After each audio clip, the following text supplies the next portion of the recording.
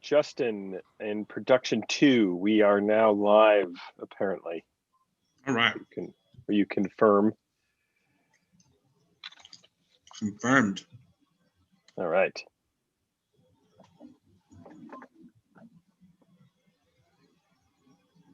Give me 1 sec to check on a few things. I'll be right back.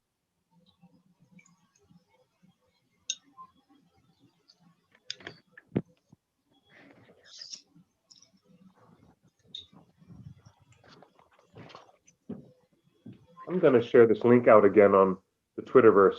Tell everyone to come and join us. Well, what a talkative group of folks you all are.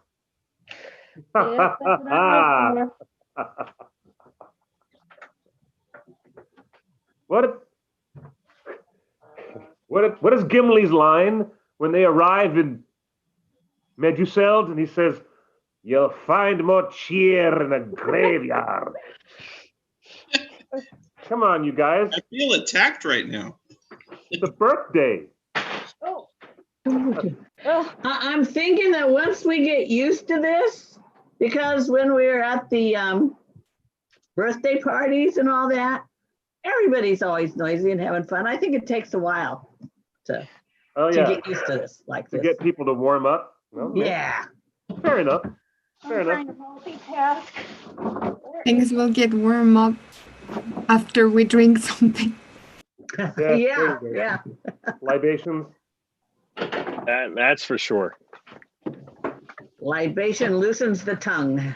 Ouch. Hey, Justin, will you have the can you put the Zoom URL on that countdown? Sure. Because I noticed that like it's appearing on the live stream, but I wonder if we put it on there, folks will know where to go. Still not there. I know I need to lift it up. Welcome to everybody else who's joining us. I think I see Stevie, I see Rebecca, Nadia is now on camera. Hello, everybody. Hello. Are we starting before 8? Yeah, we should start our toast, right? If we're going to try to hit it right at 8-ish. So yeah, I got a couple of things to offer that are interesting. All right, let's do it, Cliff. So everybody wants to learn more about the world of Arda, the amazing place where the epic tales of Middle-earth are set. And I found no better place to understand the man behind the epic than to listen to some of his own thoughts. And it's remarkable to me because he was trying to tell his publisher how difficult it was working and writing on the sequel to The Hobbit. So here's a letter to his publisher where Tolkien says the sequel to The Hobbit has now progressed as far as the end of the 3rd chapter. But stories tend to get out of hand, you know. And this has taken an unpremeditated turn. Mr. Lewis, meaning C.S. Lewis, Mr. Lewis and his younger boy are reading it in bits as a serial. I hesitate to bother your son, although I should value his criticisms. At any rate, if he would like to read it in a serial form, he can. He's just playfully suggesting, well, your little boy, Rainer Unwin's little boy loved the Hobbit manuscript, so he's teasing the idea so gently. Rainer Unwin's son might want to read early manuscripts of The Lord of the Rings. He didn't know what he was doing because it took another 12 years from the day that letter was written before he actually got to the end of something that took an unpremeditated turn, something that he said got wildly out of hand. And that always impressed me, that he was so modest and quiet about something that became so big and so grand.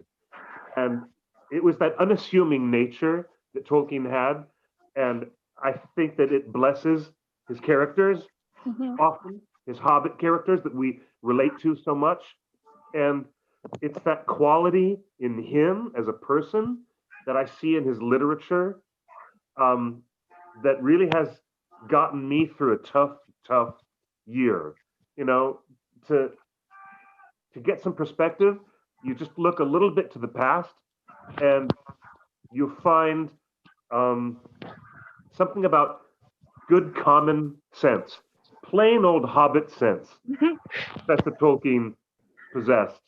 It is time that we should all raise a glass for all those who are with us, for all those who are no longer with us, for all those near and far, separated by many thousands of miles, and yet forever brought together by our love of this gentleman and this scholar, for he was a gentleman and a scholar. And what he left for us is such a great and wonderful thing that brings us all together. So I would say cheers to that. And ultimately, we should say cheers to the professor. To the To the professor. professor. To the Yeah. Professor.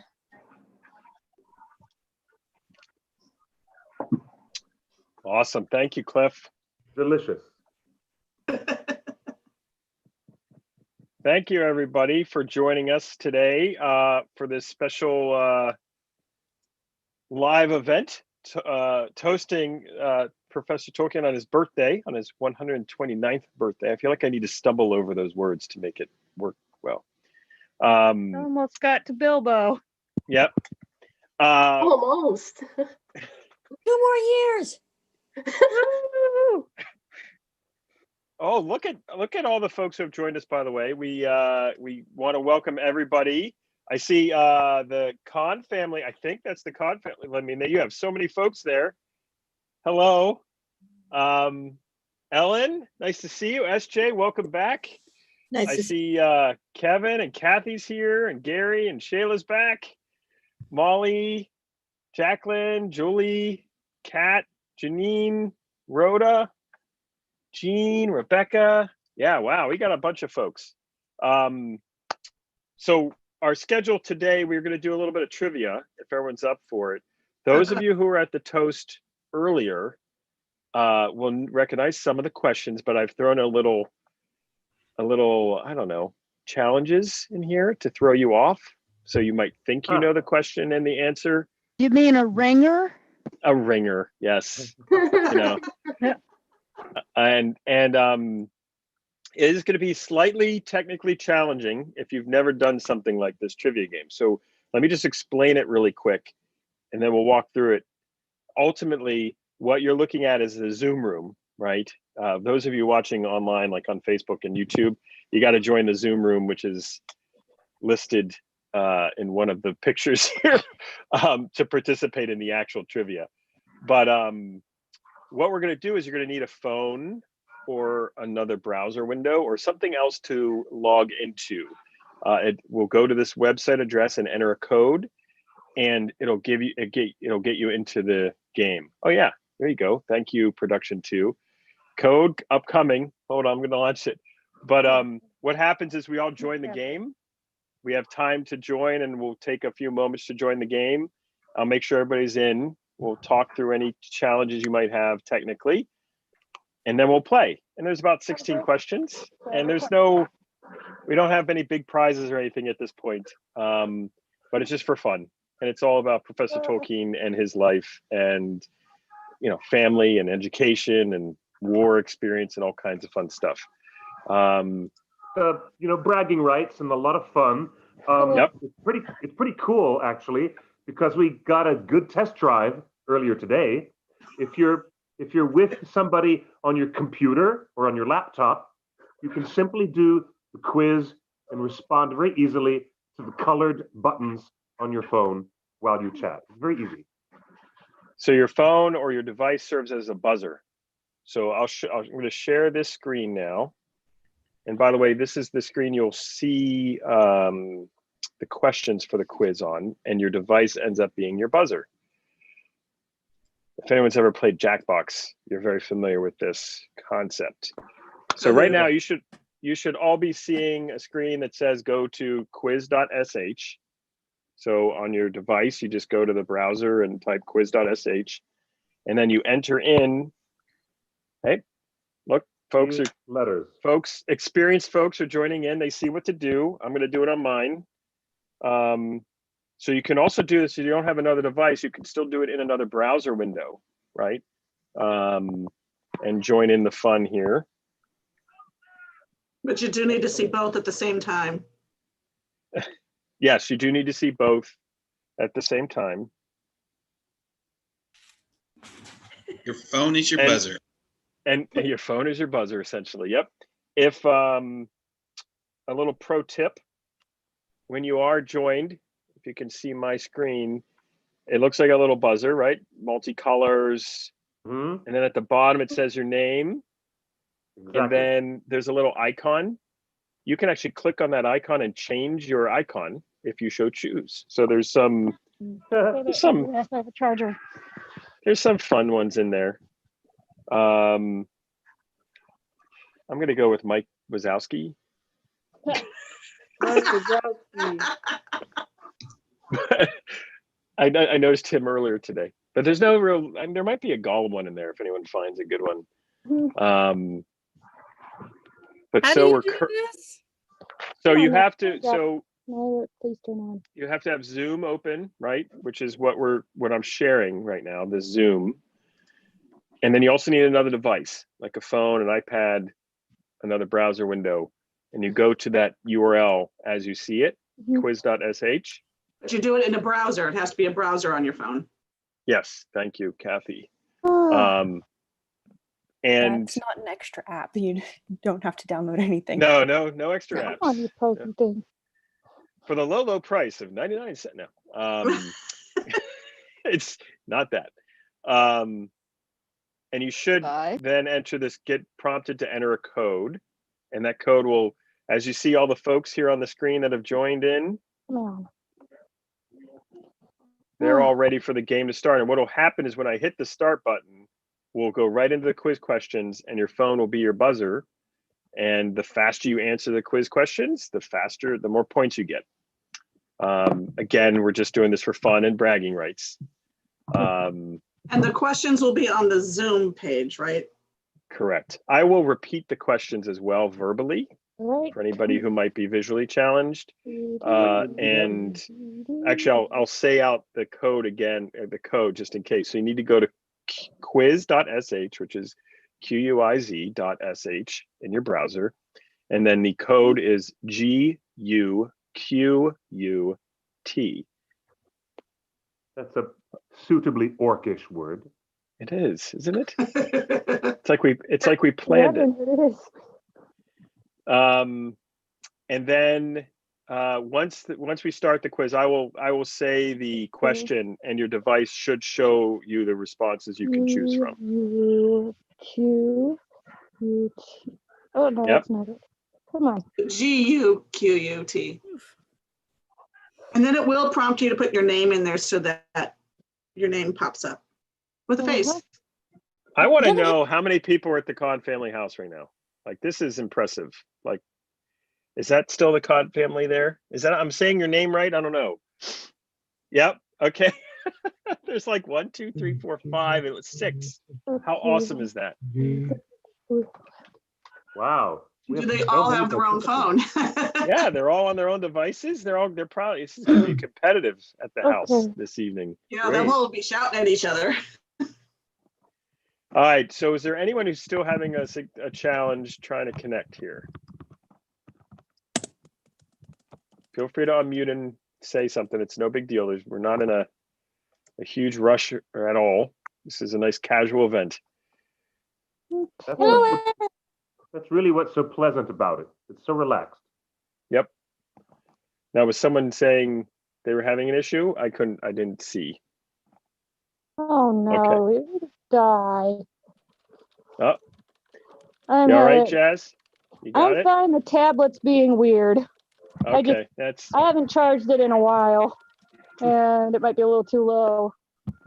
How are you doing? All right, here we go. We're going to start with the first question. If you get this one wrong, we will have to have a discussion after this because Dang this it, is Clifford. probably the easiest one of the game. Then again, maybe it's a trick question. Who knows? All right, let's go. Here we go. We're going to start the game. Okay, here we go. Here we go. This is the day J.R.R. Tolkien was born. Please. Come on, you piece of crap. There's a timer at the bottom. You have to There answer. is? Ah, Is there a timer? Oh, there is. Yeah, the bar. oh, it's timer. If you don't answer, it just logs you as a person who didn't respond. Correct. You do want to try to get some points, Did I- don't you? Let's see. Did it? Yay! Congratulations. Everyone got it right. Oh, wait, I'm sorry. No. No. It says I have 435 points. Yep. Well, Good job. nice. That's good. That was a total of 1,000 points you could get if you answered instantly, by the way. But 4 of you got it wrong, and 7 of you didn't answer. I'm slightly concerned. My tablet's being difficult. Okay. I didn't answer.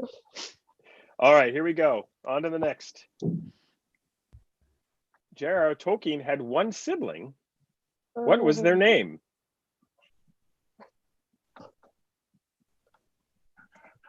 They wouldn't have used that middle name twice, would they have? Rule? Oh, They must have. Because it's in all 4 answers. I guess. Yeah, there's no escaping that name. No. All right, the correct answer. Hilary Arthur Rule Tolkien. All right, going on to the next. Quick question. Heart. His name spells out heart. Hold that question real quick. J.R.R. Tolkien's parents' first names were.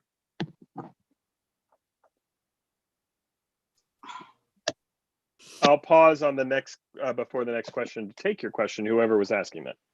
Yeah, no worries.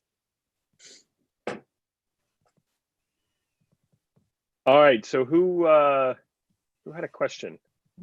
That would be me. And I have finally gotten another browser window open and I'm in the quiz and I can select an answer, but I have no idea how you actually say send. Oh, you just click, you have to click in the browser, you just click it. That should send it automatically. Did on the last question and it didn't do anything Oh, that all I'm right. aware of. You didn't touch Hopefully- it hard enough? Well, they're on a desktop, I guess. Are you on a desktop? Yeah, I'm on a desktop. Yeah. And you might have, if you didn't enter at the beginning, it might not have allowed you fully in.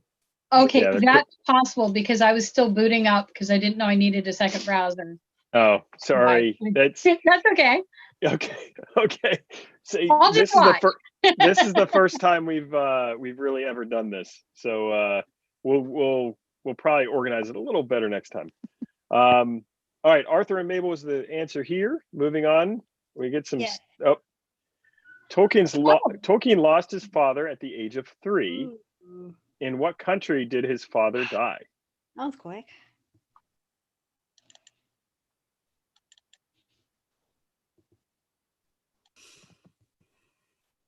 All right. Did I do it? The correct answer is South Africa. And I already All got right. a question wrong, even, and it was a repeat question. I can't believe that. Don't admit that, Kathy. You don't want to. All right, moving on. We're going to see the first round of scores here on your screen. It'll show you your score. Cliff. Sorry, kid. Come on. Cliff. Of course. Oh, outta I love the Just name. the red wine. Blame it on the red Toy Nerd. wine. I love. And I'm at Princess Toy 22, Nerd's so name. that's awesome. Wait. Clip number 1. How am I not surprised? All right, moving on. Moving on.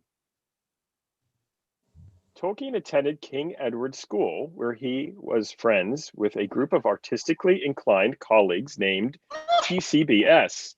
This stands for.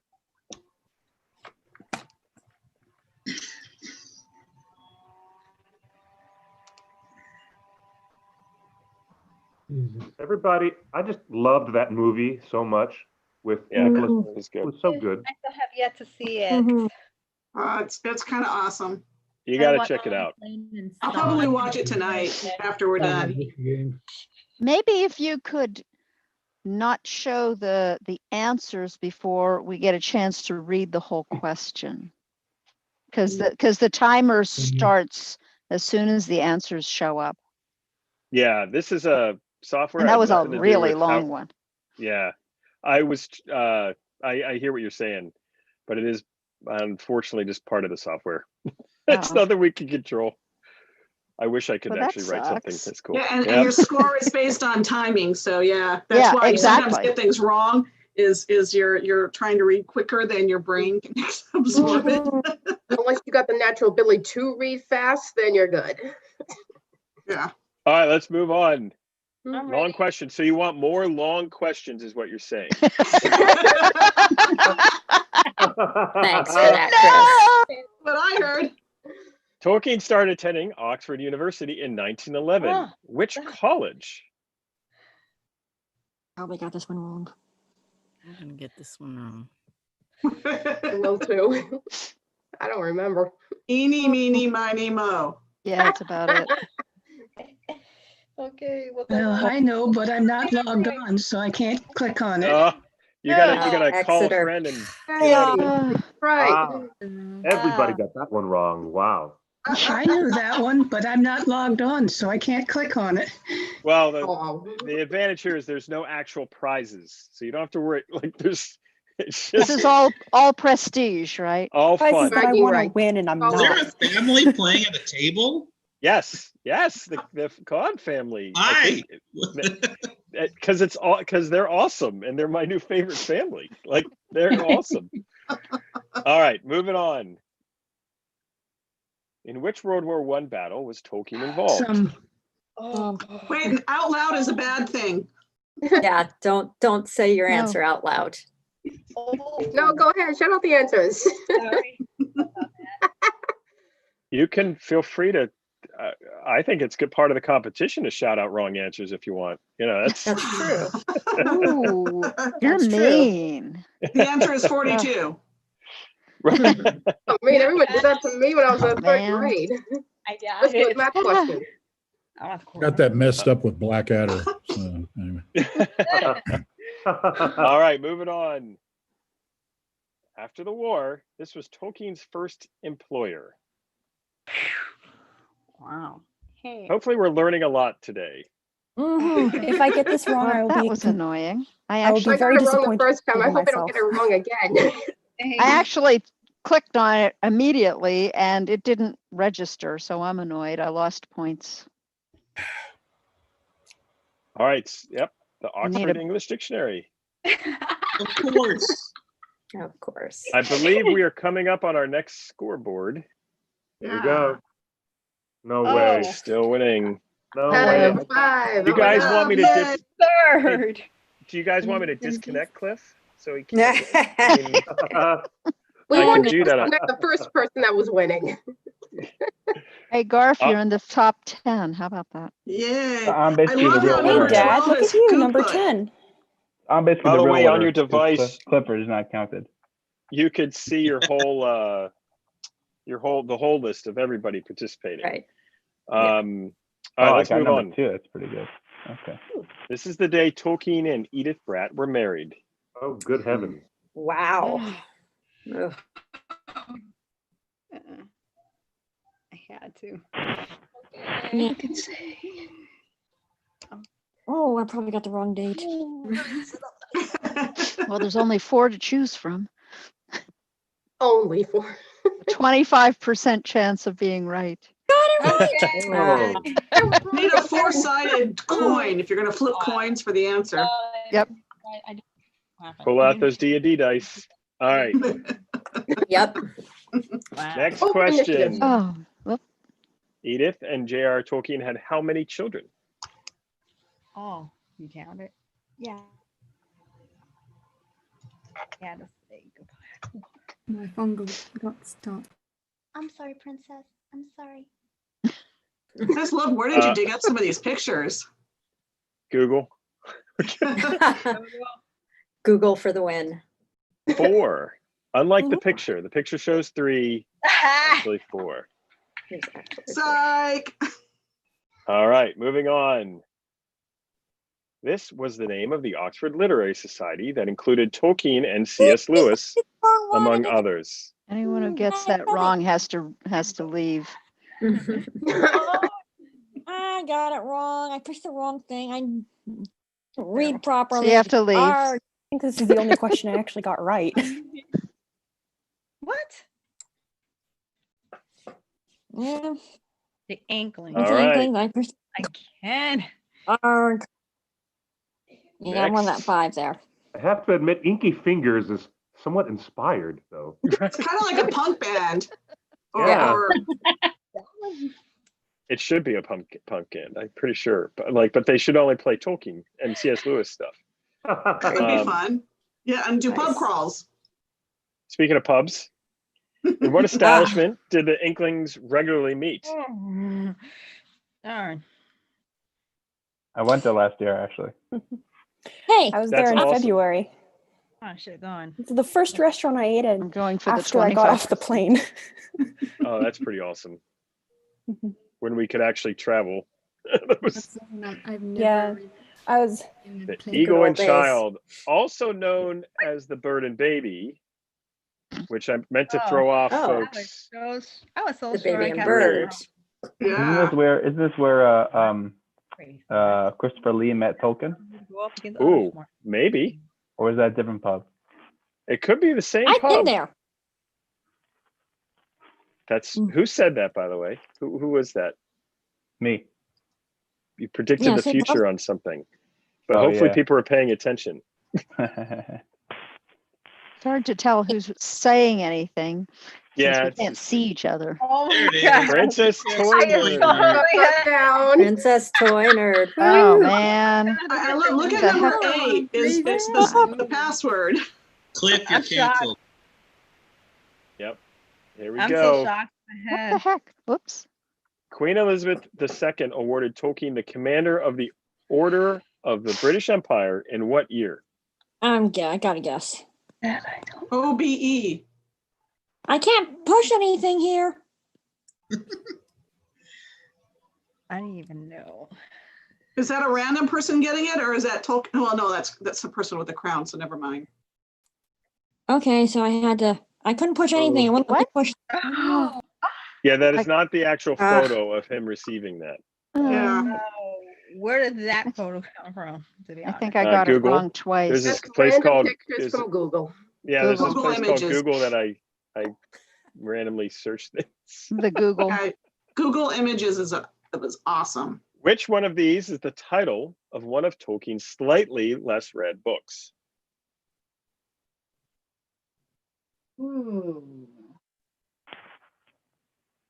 Guys, did you know that Marion Zimmer Bradley helped put out a CD of Tolkien music? No, No. that's cool. Yeah, I got the CD. I heard that. The yeah. Starlight Jewel. Yes.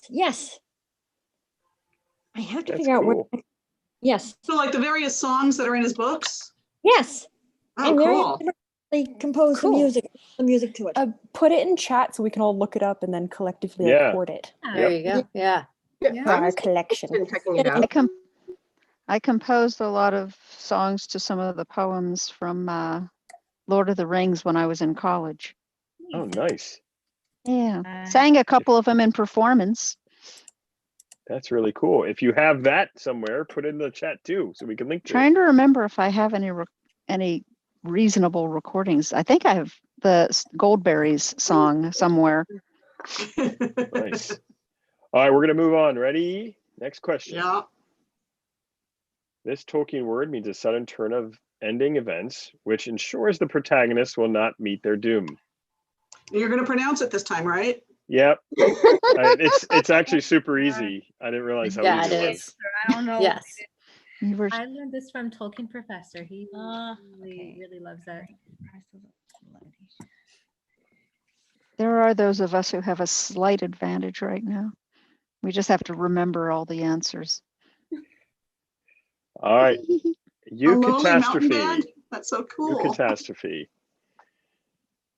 All right. Next one.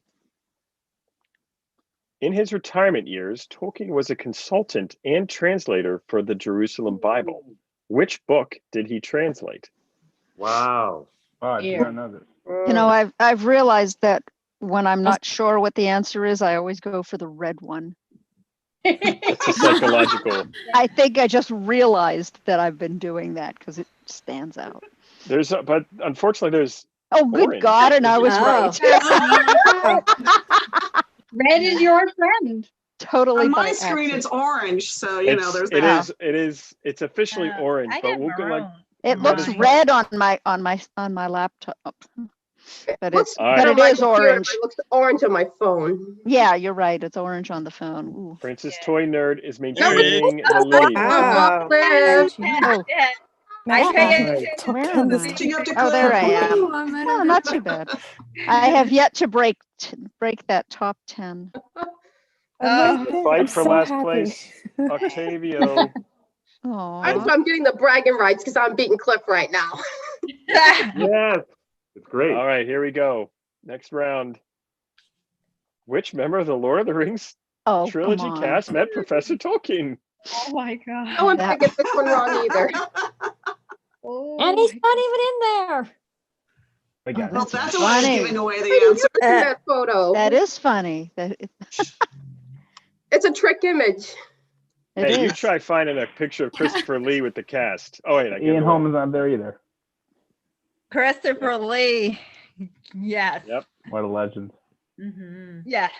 Indeed. You realize 2 out of these 4 are dead already. Wow. Which character from the Lord of the Rings did Tolkien comment was most like him?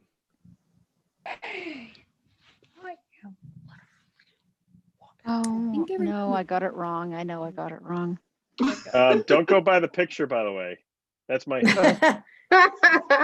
It's That's the not flying Frodo. tackle hug. I love flying tackle hugs. I wish I could do that in real life. Yeah. Oh, I realized I was wrong right after I did it. It was Really? actually I had no in his idea. Did he ever say Tolkien why? letter 180. If you Google Tolkien's letter 180, you can see where he talks about it. Actually, I thought he say said why? at one point that he was most like Sam. And He then did. He Sam wasn't referenced- in there. there was part. Referencing how he was felt more like a hobbit. Yeah. I always thought he was Bilbo I Baggins, chose but Dover for that exact reason.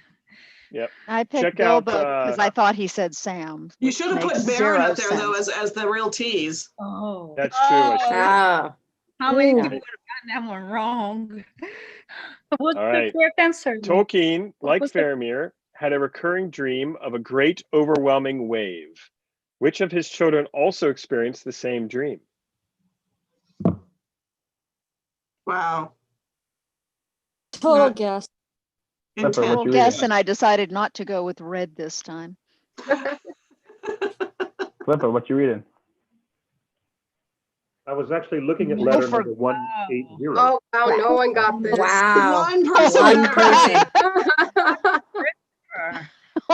Wow, that's what I call Wow. that's what I call a great question. Mhm. As a Thank teacher, you. that's what I call a bad question. But Thank you. A good but then Thank again, you. you haven't been Hold on. teaching us, so you We know. have to thank Mad-Eye Gamgee, who won, I believe, earlier today for that question, which he sent to me after today's earlier event. So that Wow. was pretty good. Excellent. All right. Which of I'm these ready. is actually a real J.R.R. Tolkien quote? And yep, it's going to take a while to read.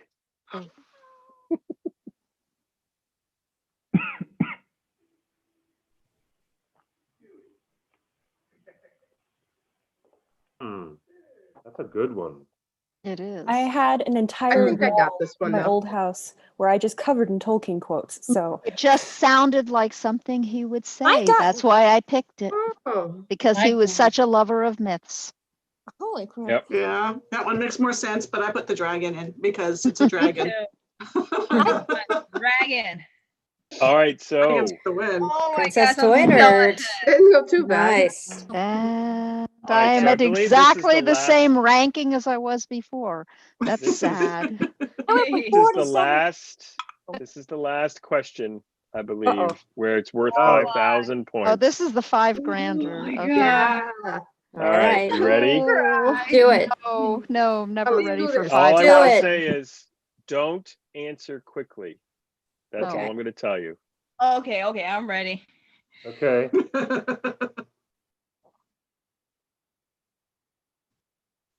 Don't be hasty. Don't be hasty. Much too hasty. Yeah, because it's very hard if you're too hasty. Oh, it's hasty.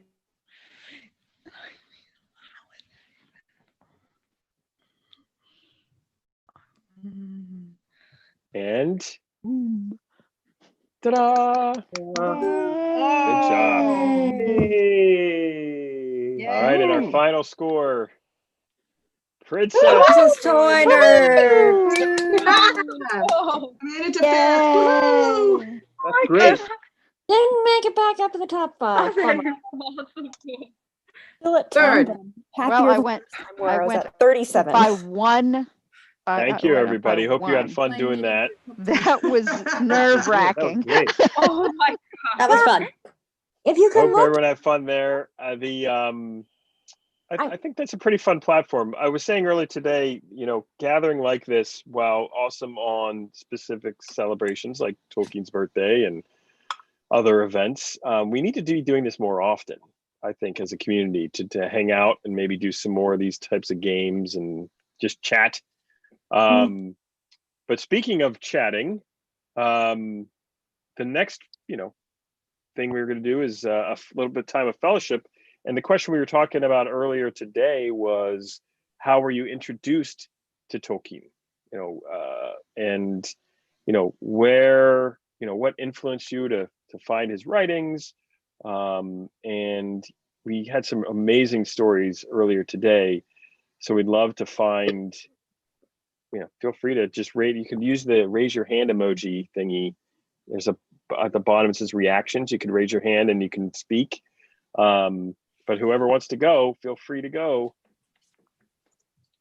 my mom read me The Hobbit when I was about 8. Well, she started with Fellowship, and I had a complete mental breakdown when Gandalf went over the bridge. So I'm back to The Hobbit.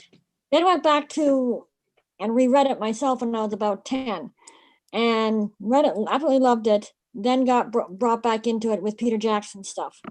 And if anybody can see this, here's a picture of the CD. Oh, cool. That's what it looks like. Okay, Scarlet Jewel. Very Yes. cool. Very cool. So that should hopefully help anyone who's trying to order it. Nice. I actually don't remember the first time I heard Tolkien. One of my earliest memories was listening to The Hobbit before I went to bed as a kid. Oh, as an audiobook or like what as a Parents movie? reading. Audio Parents book. reading? Cool. It was I remember- actually the old vinyl record. It Wow, was like abridged. that's I me- awesome. I remember stealing it from my cousin's house and just like reading the whole thing, but not reading The Hobbit because I was scared to for some reason for many, many years. Oh wow, David, Aw. that's pretty funny. So that you stole. This should be clear for the authorities that might be watching. You stole. You stole a copy of the Lord of the Rings, From my cousin. and then you hadn't read The Hobbit. When did you It eventually is my read The Hobbit? precious. What? Yeah, when did you end up? Did you ever end up reading The I Hobbit? ended up reading it by my a friend's house, which I'm actually in his house right now. It's funny. Nice. And then I That's got awesome. I picked up the copy only really like a year or so ago. But Nice. yeah, I've snuck those books also into like camps and places where I wasn't allowed to read books really. And I used to have the most innovative way of hiding them. I remember one summer I had a place where they didn't let you bring any books, and I used to hide them in the ceiling rafters. I had this elaborate way of climbing out and get them every night. Wow. What kind of hellhole were you in? Yeah, where they- exactly. They don't let you read books. The anti-Tolkien League, you know what I'm saying?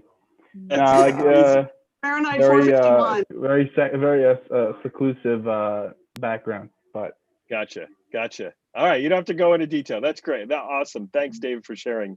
I really appreciate that. We're gonna go with the hands being raised, which I see the Khan family, my new favorite family, which reminds me. I just real quick. I grew up in a family of 6 kids. The youngest is 6, and my favorite memories are playing, game night, gathering at the table, like you guys in your dining room, and just hanging out as a family. That is awesome.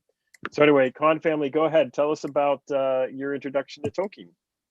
All right. Well, we all love Tolkien. I read them when I was in middle school, and then later my mom read them to all of us, so we all read them together. No. And we went to Oxford, the Eagle and Child, and Tolkien's gravestone, and it was really cool. And we cried. Yeah, that's awesome. Yeah, that's really cool. Really enriched our family.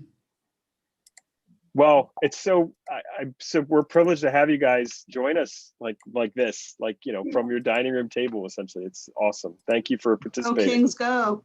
Thanks for doing this. You guys are doing it right. This is really classy. It's more class than we deserve. Actually, I love it. I think it's great. Let's see a knife blunted and a fork bent. All right, Taddy, I think I'm pronouncing your name right. I think you're up next. Oh wait, you're still muted. Oh, we can't hear you for some reason. We'll come back to you though. Don't give up. Keep trying, and then just interrupt. Feel free to just keep trying and testing. Meanwhile, we'll go to SJ. Hello again. Hello. Yeah, so I was here earlier in the day with my dad. So again, he's the one who introduced me to Tolkien, I think since birth. That's awesome. He started reading it in high school because the cute hippie chicks were reading it in the clover in front, and he wanted to talk to them. And then he realized the books were actually really good, and the rest is history. And thus passed it down to generations. Yeah. My first academic paper that I presented at a conference, on my own, I flew to Wales to give this presentation, was on Samwise Gamgee through book 1 of Lord of the Rings. Wow, that's awesome. So that was nerve-wracking, but a lot of fun too. So I don't think I could ever put the books down or away, and I'm always thinking about them anyway. So, well, you're amongst friends here. My 2 favorite characters. Okay, now you can hear me? Yes, Taddy, we can hear you. Okay. Hi to everyone. I would like to introduce me. I'm from Colombia. I've been a long time being with you in the Ring Net. Nice. I love to be. I don't know. Maybe since I was a kid, I loved fairies and all that stuff. So I've been interested in the Tolkien world since I find a book in my school, but it was in English. So I learned to speak English just to read it. Wow. And since then, you can hear me and I can talk. I have a little shame, but I can speak it very slowly. But thanks to that book, I've been talking English and been interested in Tolkien world since then. Patty, that's amazing. In this moment, I'm reading The Hobbit to my boy, and he loves it. And we heard it in Spotify. You can had a lot of So he is learning English too because I had The Hobbit read English book. That's so wonderful. How amazing. So hugs from here, and thank you for all this. It's very fun. Wonderful to have you. Hugs right back at you. Thank you so much. Ellen. Has anyone read Tolkien's books in a language that's not English? Raise your hand. So. But here in Spanish too, I have read it, but I don't know if you can hear it too. Yeah, I tried it in Hebrew. I've tried in French. It's tricky. Yeah, they don't really translate very well. Yeah, I did that for a French class when I was like a senior in high school. Interesting. All right, let's get back to Ellen. Oh. How are you introduced to Tolkien?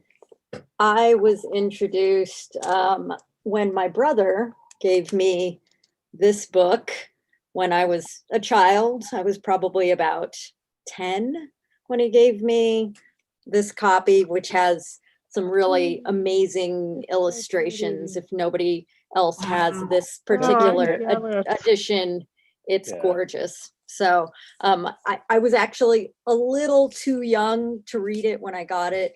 I waited, I think, about a year before I read it. But this was basically the first book that I fully got. I always got my books from the library, but it was the first book that I was gifted. So there you go. That's awesome and super special. It's gorgeous illustrations. Who is the illustrator? Can you read it off the front? Yeah, it's Michael Hague, Hague. That's cool. Michael Hague. Thanks, Ellen. Hey, Jacqueline, you're up next, and then Princess Toynard, our reigning champion after Jacqueline. I first really fell in love with it with the BBC radio production. Oh, that's a good one. Incredible. It was what we played on every family drive. My sisters and I can still basically quote it to each other. We just know it all so well. And then I fell in love with Tolkien. I read all of it. I got this in middle school. It's the Centenary with the Alan Lee watercolor. And this is a brick, but I put this in my backpack every day to take to school. I just read it. I've read it so many times. Oh, let me see if I can grab my edition. I need to get a new car hardback. Mine's getting beat up. I want to get. That's awesome. There's a gorgeous set. It's like green and gold. I want to get it, but it's $400. It's kind of. That's the Alan Lee picture. It's from like 2009. I've read it so many times. It's falling. It's a little bit beat up. Everyone needs multiple copies, Jazz. Everyone needs multiple copies. Is the one I Thank you, write. Jacqueline. Thank you, I've got Jacqueline. 3 versions on my bookcase right now. I have 3 versions. Yep. All right, Princess Toynard, reigning champion for the trivia. How did you first experience Tolkien? Well, the animated cartoons for one. Yes. Yes. I was 10 then. Yep. I was 10 when I saw the animated cartoons. But this, well, I got this in 2003. It's all taped up. Wow. You can see how many times I've read it and how long I've actually had it. Amazing. That's awesome. But the real kicker was me watching the first Peter Jackson Lord of the Rings movie while I was still in high school. So there you have it. That brought it home. I was only 8 then. I didn't get to watch it. And it makes some of us feel old. Yeah, that copy you have there reminds me of I've been very I keep using the word privileged because it truly is a privilege that I randomly stumbled upon making this website and randomly met an amazing group of people and randomly got to do insane things like go to the Cannes Film Festival when they had a party with the Lord of the Rings cast in 2000 before the movie was even out. And that copy was given to all the party guests. And I, with all the cast, I got to drink with John Rhys Davies and his wife, and I'm going a little crazy. But the one person I wanted their autograph was Mark Ordesky, who funded the making of the films, and so he still to this day knows me as the person that came up to get. He was first time I asked him for an autograph. Anybody asked him for an autograph, and it's on that copy of that book. and I still have that one, but I haven't touched it. It's pristine. Oh, thank you so much for sharing. Princess Toynard, what is your actual name? if you don't mind sharing. Why would I say that? Okay, no, don't. You don't have to. Obviously, it's Princess Toy Nerd. Well, I do love toys, and I kind of am a nerd, so there you have it. That's perfect. That's awesome. Who else would like to Thanks. share? I was going to share something, and I already shared earlier on the earlier one, how I grew up on a street called Gondor, so I was kind of always destined to be a Tolkien fan. But, That's so cool. But seeing like the fandom start up when the movies came up, seeing how many new people it brought to the books. I studied Taekwondo, and there was this one father and son that used to come to classes. And when the movies came out, they loved them, so they started to read the book. And this family was from Puerto Rico, and English was a second language, and they were really struggling with Tolkien's words and being able to read that story, particularly concerning hobbits. Is kind of a slightly boring chapter, and that's how it starts, unlike The Hobbit. So I basically handed him my copy of The Hobbit, and I said, okay, start with this one. The language is easier. You get right into the action quicker. And once you come out the other end, you will be more familiar with the world and can go back and read the book. And so he did that. 2 or 3 weeks later, he came back and said, we finished The Hobbit, we're ready now. And that helped him read The Lord of the Rings to his son, reading where English was his second language. So that was just kind of a cool story of sharing and seeing somebody else's first experience. When I got my hands on The Hobbit, I binge read the damn thing in a single day. Nice.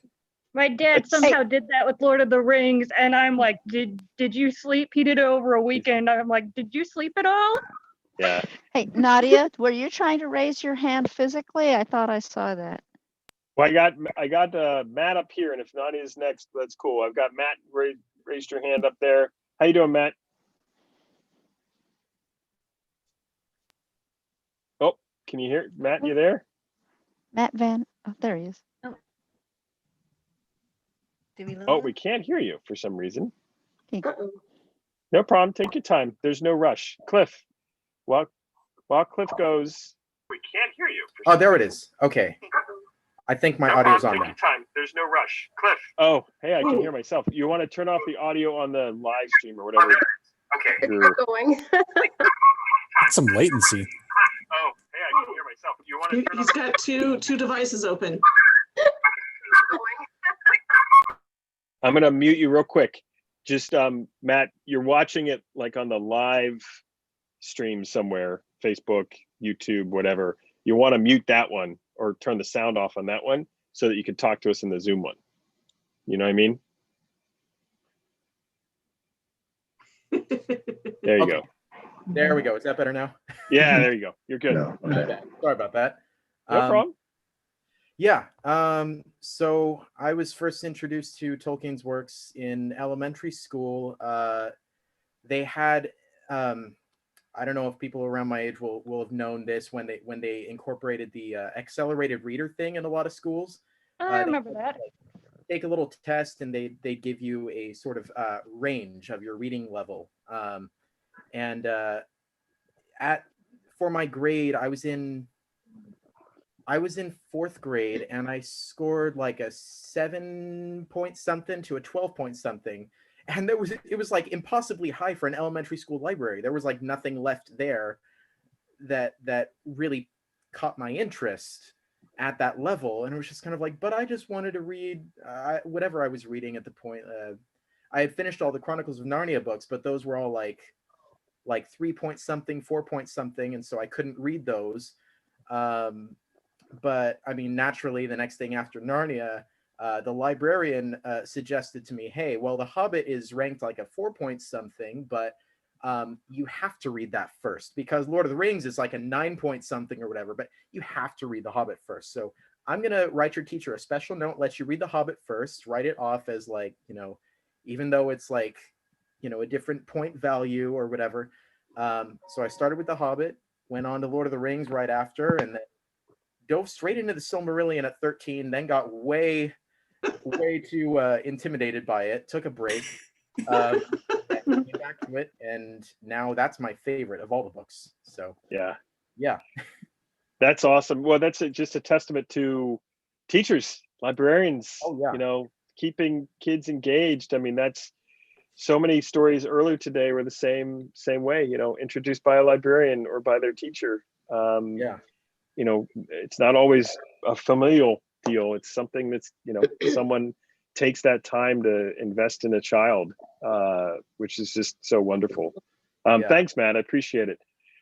Cliff, you had your hand up next. Then we'll go to Laura, and then Diana and Todd.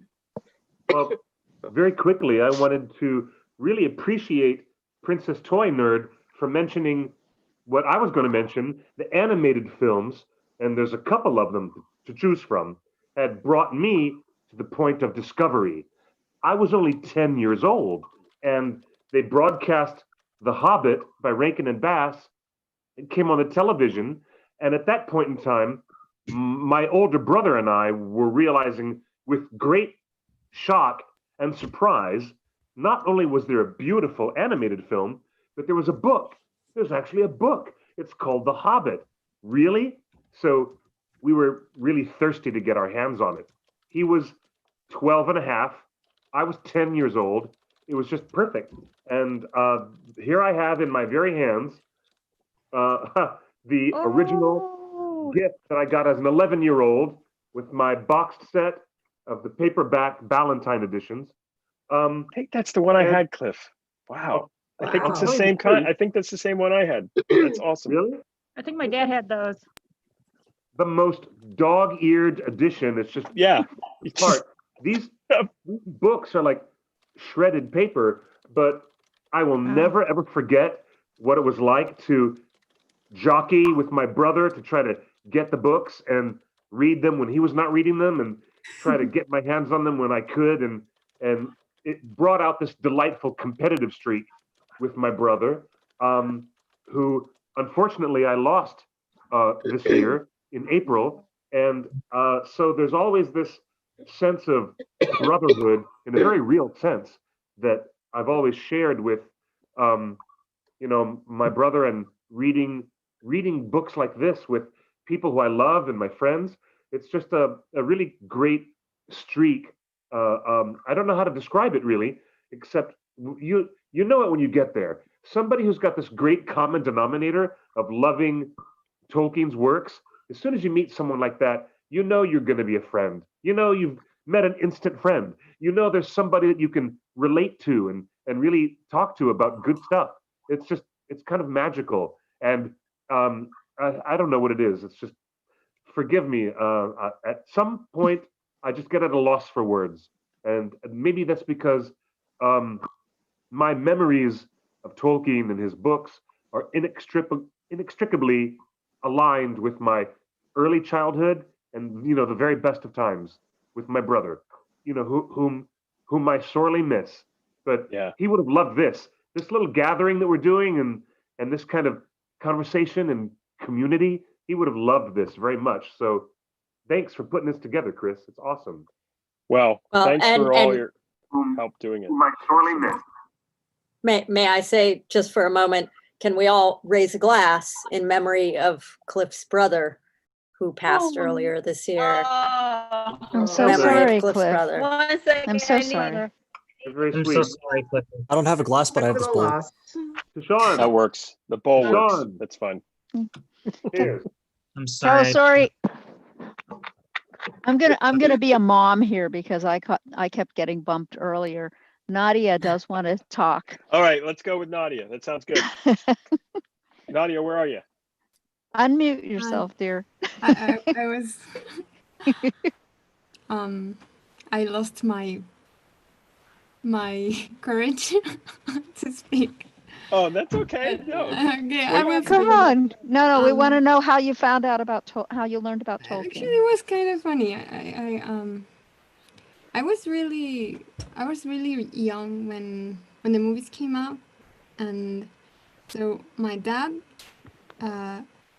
brought home a movie, and he said that he had the Harry Potter movies. Yeah. Got him wrong. You But got it him was- wrong. But it was a Fellowship of the Ring. So it is really fun.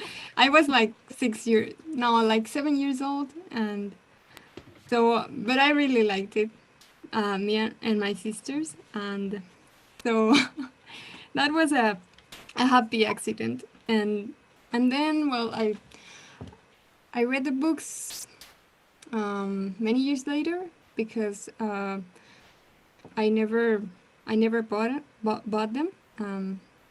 And I read The Hobbit first, and I loved it. I was obsessed when the news came out that there was going to be a Hobbit Yeah,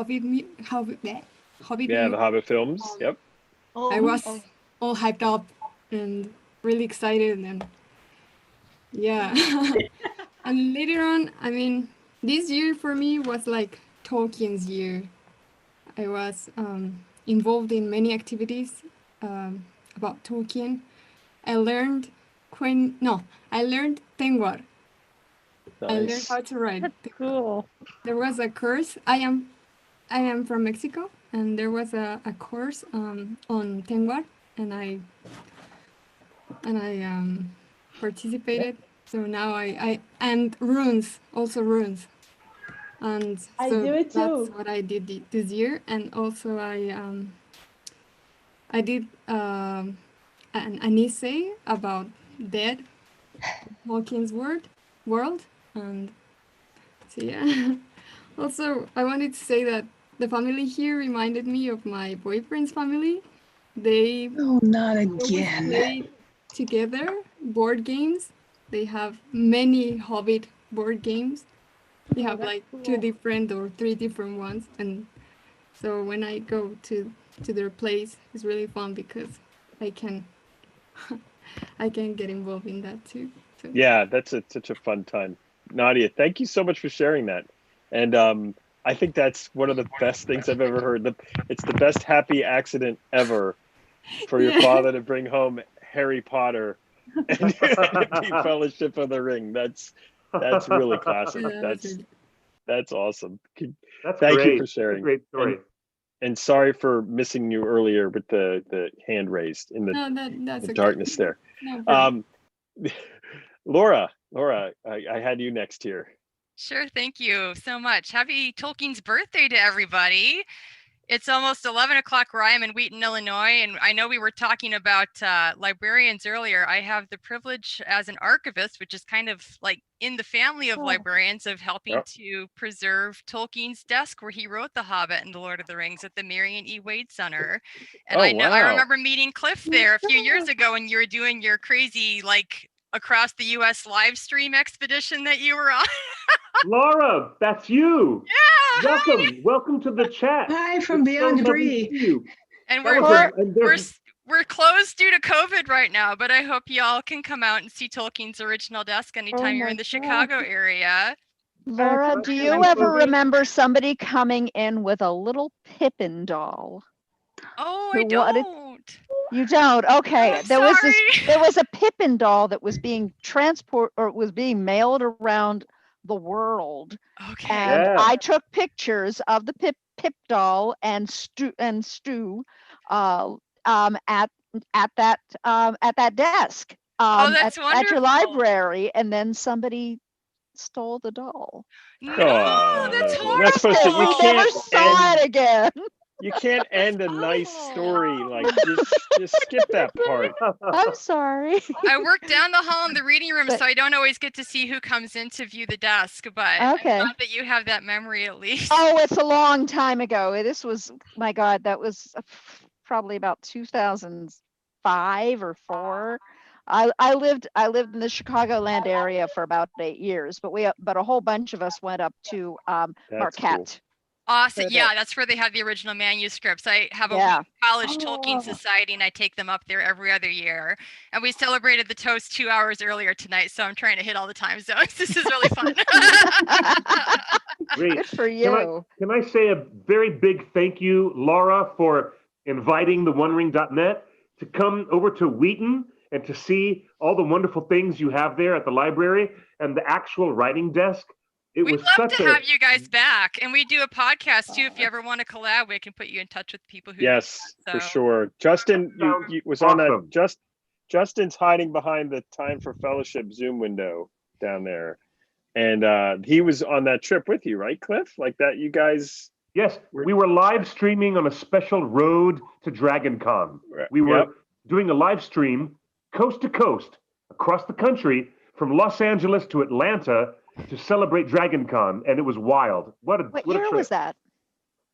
Cliff, what Ancient year history. was that? My gosh, Justin, was the 2007 Hobbit or years. 8 years ago? It was the 14. Hobbit years that we don't like to talk about. It was 13 or 14. I think it was around there, if I recall. Remember, it was a time when you could actually go places and do things. Oh my That gosh. was- What is that Yeah, even I don't like remember now? what that's like. I don't either. Remember those Before days? times. Go Yeah. places? Go, Yeah, what's go, that about? So All right, go- hey, never Diana heard and of this Todd. concept before. Diana and Todd have been patiently waiting to Wait, I've share been how places before? they were introduced to Tolkien. Well, I was a mom and I hadn't heard of them as I was growing up, but I had a 6-year-old and a 5-year-old, and I came across this puzzle from Wait, I gotta look. 1979. Can you see it? Hold on, Yeah. I'm spotlighting it. It was Oh, 19. wow. Oh, that's from the that's from the really fast sheet. 1978. Yeah. Ralph This Lord of the on Rings. it says 1979, and then from there we got the animated movies, and they loved them. And then we I didn't know about the books. I just didn't know about these things. But then when the Peter Jackson brought out all those things, then I saw the movies and read all the books and the Silmarillion and all those. It's been really great. And thanks to you, Chris, and also to Cliff. I think you helped me get involved through the Torn. Yeah. To come to your parties and things. Yeah, I remember you at the parties. Such a great time, such great memories. And you know what? It's so funny. I've heard from you today and then from others. You know, a lot of folks often get frustrated with when something is adapted, right, into a film or a TV show or whatever. And that if there's anything more clear to me, it's that these adaptations, whether they're good or not, like in our case, you know, thankfully Lord of the Rings was great, right? And whether they're good or not, introduce people to the world, right? That's why I'm personally excited. I'm personally excited about the Amazon series, because we're going to have a whole new generation of folks who are introduced to Tolkien. Like Absolutely. now, whether it's amazing or not, right? There's going to be people that spin the wheels and be like, oh, what was this about? Oh, here's the Hobbit, here's the Lord of the Rings, and here's the Silmarillion, and your story's the same. Like it's just, it's one of those things that I'm so enthusiastic for people to learn more about these worlds, and I'm so happy that, you know, we can help facilitate that in some very minute little way. And I really appreciate you coming.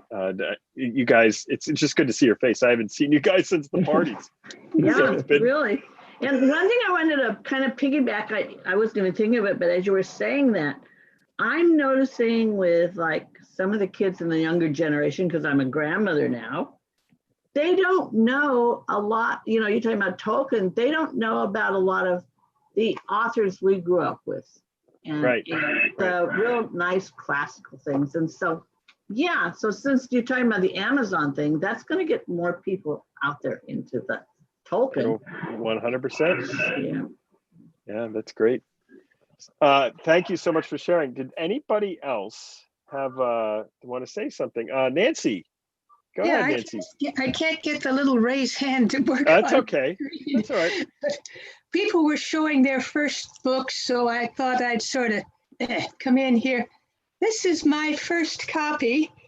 Oh my goodness. Wow. Ballantine 1965 third printing, and I got it in 66. That's one of the ones that was kind of a bootleg, right?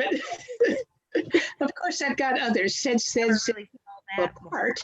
Yeah, but wasn't there a set that somebody just basically made a copy of? Well, no, I was the Valentine. You're these are talking about the Ace books. I mean, I don't mean a photocopy because photocopies weren't around, but You're there was talking about the Ace edition, I think. Okay, that's right. That's right. Hang on a sec, I'll show you that.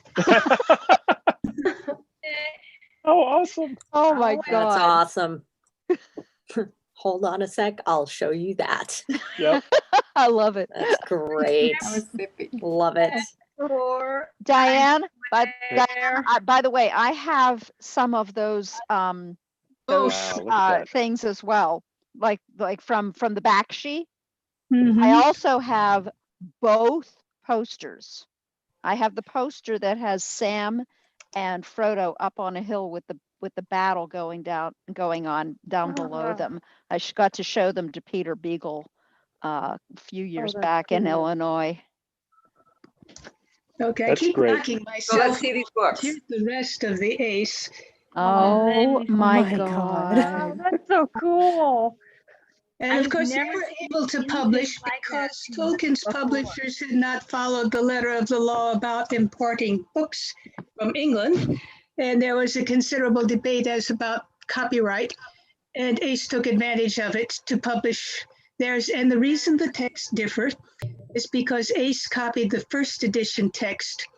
And in order to secure copyright, Tolkien revised his text for the second edition, which came out with the Valentine books, and is what we read now. So one of the reasons, if you come across one of these Ace books, that you'll find differences in the text, particularly in Volume 1, some of these differences are the changes which Tolkien made. And one of the changes was the addition of the standing silence at the field of Cormallen and Frodo's refusal to wear a sword. That's not in the first edition. Wow. The changes are nowhere as near as big as in The Hobbit, of course, but there are some little changes in there. Before I sign off, I'd also let people know that I published the newsletter Beyond Bree. We have a new website. I posted it. I saw that. Welcome. I saw that. Beyondbree.org. I cut myself off trying to write that thing. https://beyondbree.org. And we also can, for those older people from last year's dinners, will remember Beyond Bree puts out a calendar. Yeah, I just looked at the website. You have it on the front page of the website It's there. on That's the awesome. website. Here we got Tolkien's desk. There it is, picture of it. Wow. On the back side. And there's still some calendars available. Ted Naismith, John, some new authors. So if anybody's interested in that, instructions are on the website, but we're old fashioned. You got to email me. Actually, you can't just click and get a link. Imagine that's old fashioned now. Email beyondbree@yahoo.com if you're going to. Nancy, I have a question for you. Sure. Do you know about the more recent edition that Christopher Tolkien released of Lord of the Rings, where he refined it so that it was about as close to what he thought his father wanted as possible? Do you know about that one? It was like another, like the red volume. It was in black though, but it was all one big volume in a sleeve. Do you know about that one?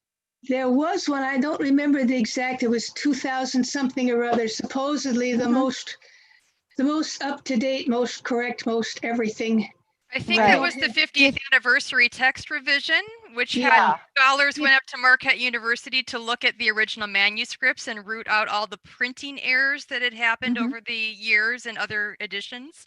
So I think they made between 300 and 400 different corrections, and that's the 50th anniversary text, which is in a lot of the printed volumes now have that. Right. I was just wondering if you thought that was Christopher Tolkien attempting to extend the copyright. No, I think it was Hammond and Scull were the scholars who did the actual work, not Christopher. Okay. Obviously, the copyright would have been extended, but Laura, you would know about that. the most recent edition, which is not Christopher Tolkien, is the illustrated Unfinished Tales, which came out this October. Which is beautiful. Yeah, I Nicely have that. done. Oh, wow. And also the Tolkien calendar, where you can actually see the pictures better than in the book. So, Nancy, thank you so much. And thank you. That's beyondbree.org, I believe is what that's you correct. said. And beyondbree.org. cool. Thank you so much for that. Is there anyone else who'd like to share? It's past midnight my time. I might be logging off. Really lovely for Nancy to stop by. Really nice to Yes. see you. That's great. Yeah. I just Sleep wanted is for to the weak. say hi to Clifford. Just quoted Sideshow. Who did that? Hi, Savannah. Well, S.J. Lee. That's my first name. Oh, there you Savannah. go. So Nice. I met you. Where are you? Yeah, I met you in Houston when I was in high school. Oh my gosh, was that when we were driving through the cross country on our way to Dragon Con? I think so. I was with my dad. Wow. It sounds like we need to do another cross-country trip when there's no pandemic, by the way. Yeah, I no longer live in You have a Houston. big I live lunch in at the Hobbit New Mexico. restaurant? Yeah, the Hobbit Cafe. Yes. Mm-hmm. That sounds like somebody should open that as an actual cafe. That sounds amazing. No, it is an actual cafe. It's great. Yeah. Oh my gosh. I need to go Massive. there. SJ, where is that? Houston, Texas. Oh, wow. Okay. There's also a Hobbit restaurant in Alexandria, Virginia, I believe. Oh, that's Yeah, I've been to that one. 3 Yeah. hours for me. There's also a Treebeards, which is a restaurant, but then there's also another Treebeards. Their service is really slow, though. So just Oh, there's a so beer shop bad. at Treebeards as well. Isn't there one in Michigan somewhere too? I don't know. Something like, I think it's called Bilbo Baggins or something. There's a restaurant. can't take Chris anywhere. Chris, where are you if you're midnight? I'm based in, I live in Allentown, Pennsylvania. So Wait, I'm over on Calisari, you're in Allentown? I am. Why? I'm Are you in my neighbor? Pittsburgh, for crying out loud. Wow, I grew up in Pittsburgh. That's why we get along. It's, I grew up in Pittsburgh. I lived there for Oh, for goodness 18 sake. years. What are you on Facebook? What am I on Facebook? Chris Parada. That's my name. Okay. I me up. never knew your name. Calisari is all I've ever known. Calisari, yeah. I have someone God. sneakily put in a phrase from my real job. I work full time for a company called Sideshow. We make collectibles and stuff. And someone said sleep is for the weak, which is our tagline for our event. And That's my brother. Okay. That's my dad was on here as well earlier. We're all on separate computers, but we're in the same house. Awesome. We didn't want to fight for audio, but my dad went to bed. My brother's downstairs. You got the cupboard. I'm in the kitchen. I was gonna say you got the kitchen. Cupboard. That's the best room in the Yeah, I'm in front of the open pantry. Nice. Next to the plants. Anybody else want to share like what inspired, how you came to find Tolkien? I guess maybe Arnie, Arna. is that down there? Yeah, there you go. I see you. Pronounced Arna. Arna, sorry. Okay. I got introduced to you're asking about how we got introduced to Tolkien, right? Yep, exactly. Yes. All right. I got introduced to Tolkien, when the first movie, The Fellowship of the Ring, came out, and my mom's family took me to see it at the Cinemark in Fort Collins, Colorado, back Christmas 2001. When I first saw the first 30 or 40 minutes of it, I got scared of it, and I dragged my mom out of the theater to take us to see the first Harry Potter movie instead. But after a few months, I decided to give the movie another chance. So we ended up seeing it at the Premiere 8 in Nashua, New Hampshire. And it started to grow on me. I decided to watch it a few more times. I then grew more excited about it when The Two Towers came out. And that when I found out that there was an animated version, I was compelled to watch that as well. So, my mom got it for me as a Christmas gift in Christmas 2002. So, and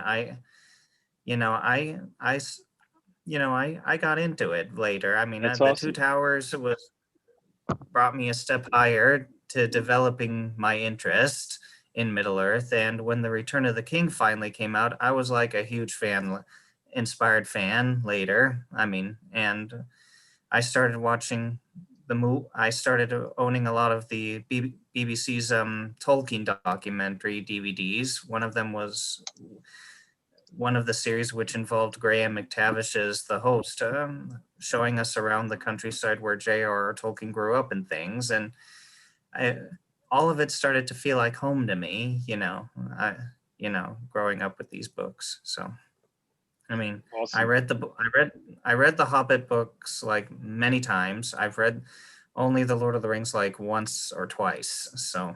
Ooh. I've read it 3 times too, 4 times partially through.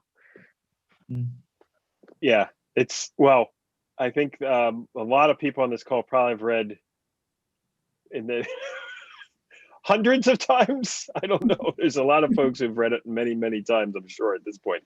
I've watched the movies a million times. Yeah, yeah. I mean, that's really awesome. Well, no, it's another example of what I was saying earlier, is the movies introduced folks to this whole new world. And it's so wonderful that it helped you as well come into the Tolkien world. There's so much there as well, even outside Lord of the Rings and The Hobbit. And we'll see where it goes with this Amazon show. Who knows? It could be pretty amazing. I think Martha. There you go, Martha. So I'm sort of feeling quite old here because I must have read Tolkien before I started university, and that was 1970. I looked at my books, went upstairs. This is a volume from 73. So I have no idea where my original books are. Obviously, I don't have them. But what I wanted to say was that when I started, being a young teenage girl, it was the romance, I have to admit, that got me hooked on Lord of the Rings the first time. And then you read it again, and then it was the language. And I can remember passing notes in Elvish script under the door of my neighbor at university, and that was first year. And then you read it again, and it becomes the fellowship and the mythology. And I think then, life gets in the way and you don't read it that much. And then the movies come up. And since then, I've probably listened to it more than read it, because the recorded books issue of the book, if you have trouble reading it, to listen to the audiobook is read beautifully. But I think Kat always argues that the songs weren't done all that well, but that's beside the point. Mm-hmm. But when I listen to it over and over again, and every time I have some major project, that's what I listen to. It's the language. Tolkien is such a fabulous writer. Take all the mythology and the all of the Tolkien world away. His language, he's describing the countryside and just the words. And then you read other fiction and you have to come back to Tolkien because the language is just so much better. Mm-hmm. Yeah, it shows. It's quite challenging for me. I would say I'm not a big reader, but and I don't know if it's because I equate and try to bring everything up to the level of Tolkien, but I'm like, this is all right. This is not as good. So, Martha, are you? I detect an accent. Are you in the north? Are you in Minnesota, around there? Where are you at? Oh my God! How could you say that? My books are the authorized Canadian edition of a famous heroic tale. So Victoria. Canadian. Nice. Okay. All right. Well, I knew north. I was close. Yeah. But honestly, listened to the recorded books. You could listen to it, good. And then all of a sudden that sort of opens up. You never have to go back and actually read the book. It's so good. Yeah. That's awesome. Fun fact, whenever I used to listen to Tower of Killith Ungol every single night when I was a kid. That is my favorite part of the books. Well, and after you watch the movie, you have to go back and read the sections that aren't in the movie, like the Houses of Healing. You have to read that section over and over again.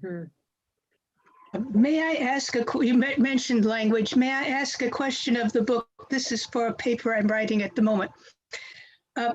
Some of us, Tolkien has a lot of descriptions, particularly descriptions of nature and how he loves trees and that sort of thing. So I wanted to ask, if you came to Lord of the Rings through the book, did you like all of his descriptions of nature or not? And if you came to the Lord of the Rings through the films, did you find all those descriptions unnecessary or kind of tedious, or did you still like them? Weren't we It's all an- amazed that Peter Jackson could actually make a film that brought the book and all those descriptions to life? But when you're reading the descriptions after seeing it, do you still want to read all that or think, oh, I've already seen it, let's move on? That's my question. Can't do that. No, you Nancy, can't I do would that. agree. I That- would agree with you. There's no separation. Well, your like theory making your there own. is Okay. that if you did not see the films, I'm just so I'm restating it just so I understand it. If you had read the books before you saw the films or any visual representation, do you have a better appreciation of the language and the writing than if you saw the films and now go back and sort of see the significant amount of descriptions? Do you sort of just go over that quick to get to a plot point? Is that sort of what you're saying? Yeah. Yep. That's interesting. I don't know. The younger all of the folks need to answer that one. I don't have an answer to that.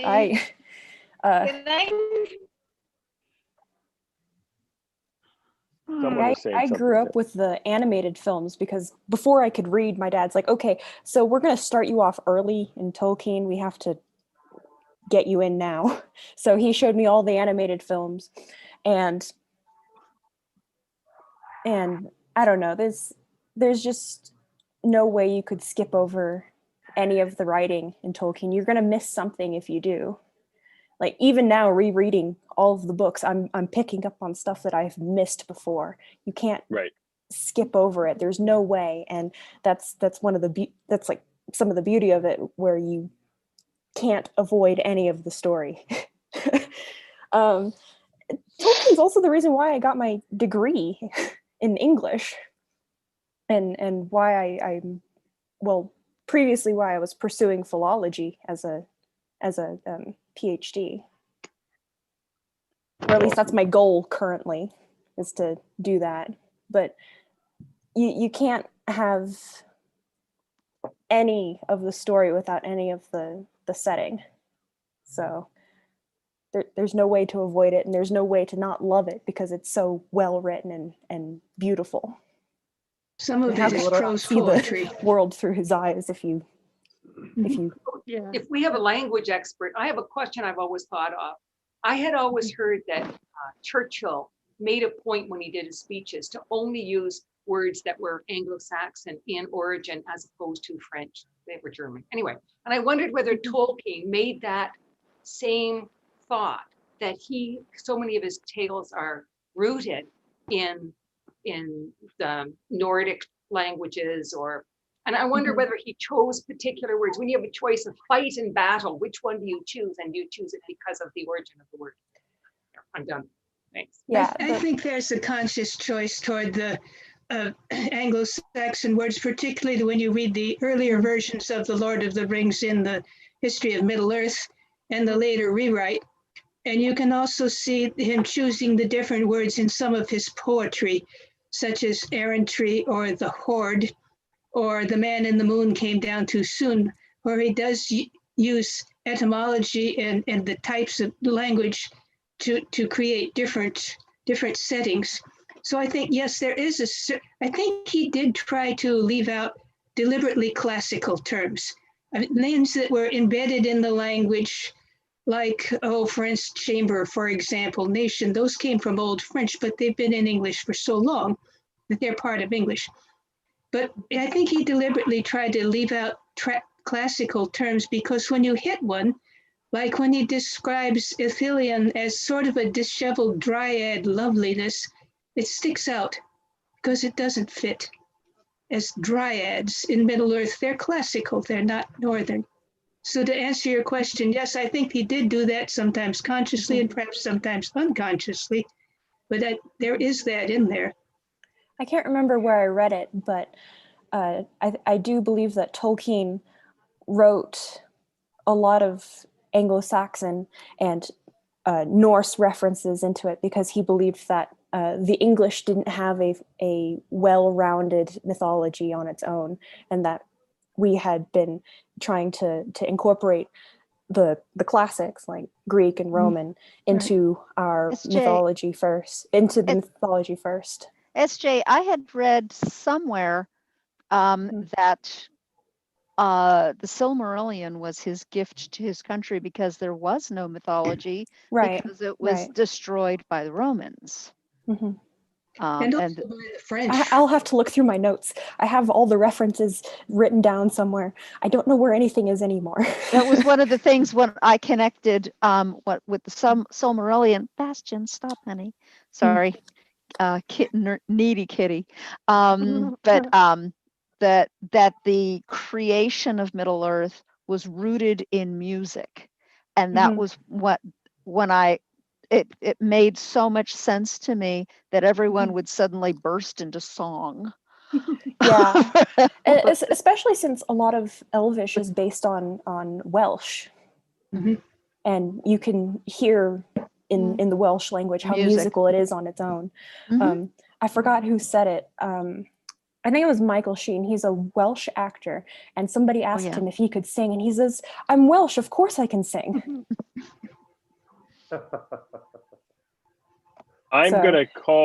You guys can continue your conversation because I don't want to end it. It sounds awesome, but I am going to bed because I have to go to work tomorrow. Lame. Sounds painful. Can we do a toast to the professor? Well, this is me beginning my birthday celebration for me. So well, happy birthday! Because January 4th is my birthday. Happy birthday! And Diana? I think we should leave. I'll leave with a toast to the professor one more time. We did one a couple hours ago now. Sorry, I don't have one more. I came in a little late, so I missed. No, I'm glad you said that, Nancy. It's a great idea. Everybody, let's have one more toast to the professor. To happy birthday. 2021. Happy birthday, Tolkien. It is so great to have everybody here to join us on this wonderful community occasion, and God bless us, everyone. God bless us. To the professor. The professor. The professor. Sorry, I don't have a glass on me. Didn't realize you guys were going to do a toast. But And I'm going to add to Christopher Tolkien also. Yes. To Keeper of the flame. The keeper of the flame. Yes. Yes. May you rest in peace. My hot chocolate Indeed. is no longer hot. Thank you all for joining us. So much work. And this was a good Tolkien toast. Well done, Chris. I just wanted to it. say thanks for all of this. This is great. Like I said, we're going to try to do more of these. Just we'll find excuses for events in the future as well. Yeah, I gotta get going. I have that work thing to do tomorrow as well. Yeah, you know, East Coasters. All right. Well, thank you, everybody. I'm going to send out a quick. Bye, Chris. Anybody? Thank you. Come and join us next Tuesday. Join us at theonering.net for our live stream show on Tuesday coming up. It'll be great. Okay. Yeah. Also, thanks, Clifford, for introducing my dad to the onering.net. My dad talks to everybody, and I think he just kind of cornered you in the middle of that cafe, and he's like, yeah, so I'm just going to talk to you now. And then you kind of introduced him to the fandom that he already loved. So thanks for that. I was there to meet people like your dad and you. That's what we were there for. We were traveling across the country, bouncing around to city after city after city. And Justin, he's in the background. He can attest to this. We were excited to meet everybody and have such a great time. And I'm so glad that we did. It's really kind of really lovely, really. Your Road to Dragon Con trip was actually how I connected with other Tolkien people for the first time. Prior to that, my connection was my box set that I got in junior high, and I didn't get along too well with some of the other kids for a while. I feel that one. I'm pretty sure I was the only girl that was into Lord of the Rings at my school. None of the guys wanted to talk to me. Yeah, no, I think when I first heard the translation of my name into Elvish, I think that's the only name I went by in high school for about a year. So not many friends on that point, but I already had a small group of friends that were really into Tolkien anyway. So Well, we should look forward to the Gondorian New Year when we have Tolkien Reading Day coming up on, right, March 25th? Yeah. Or is that March 26th? Which day is it? 5th. I It's think the it's the 25th. 5th. Yeah. Cliff, what time is your Tuesday meetings, your Tuesday live stream? What time? It will be at 8 o'clock Eastern, 5 p.m. Pacific time. Okay. Thank you. Always at 5 p.m. And you can watch on YouTube, or you can watch on Facebook, or on Twitter, or wherever you're at. You can find us there. It's easy enough.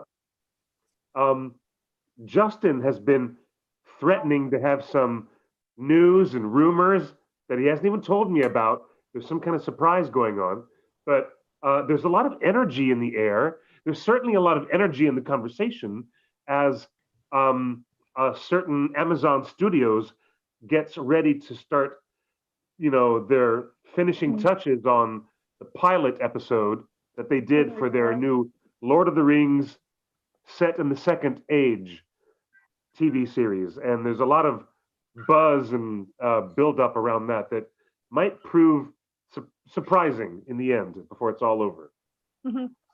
Hey, did you hear that they wrapped up filming, Clifford? They did. For season 1? That was just for season 1 though, right? When do they start shooting for season 2?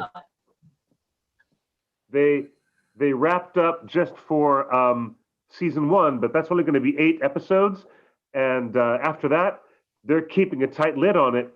But from what I understand, they only finished episodes 1 and 2, which are the pilot episodes, combined together as a 2-hour pilot. That's the only part they really finished. And I'm not sure about the other 6 more episodes after that, because season 1 will have a total of 8 episodes altogether.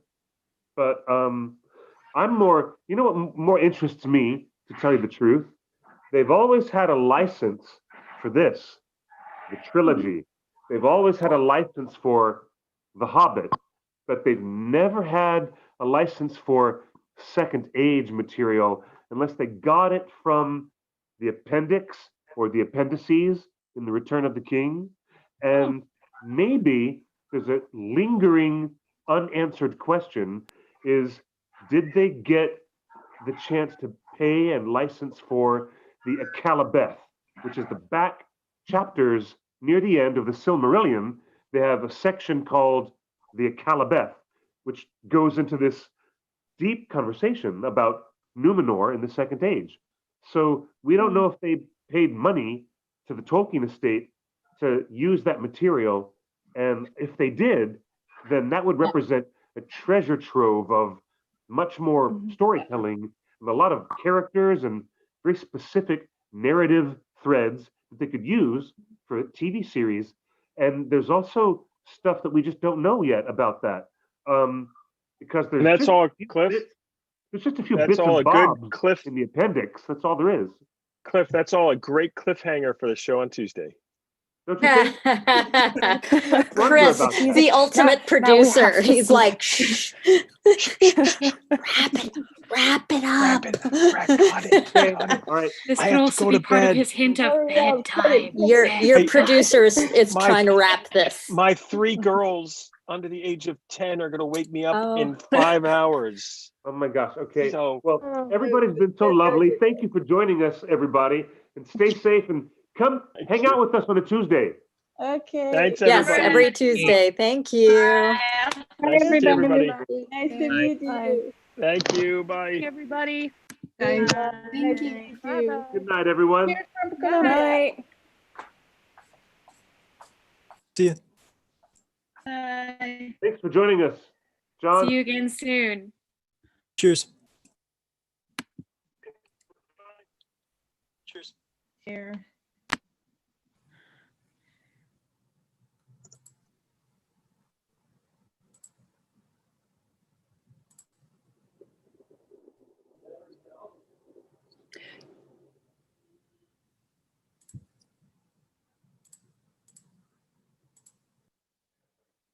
Well, night, y'all.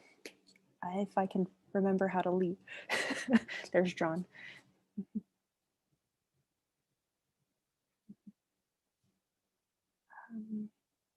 Hold on.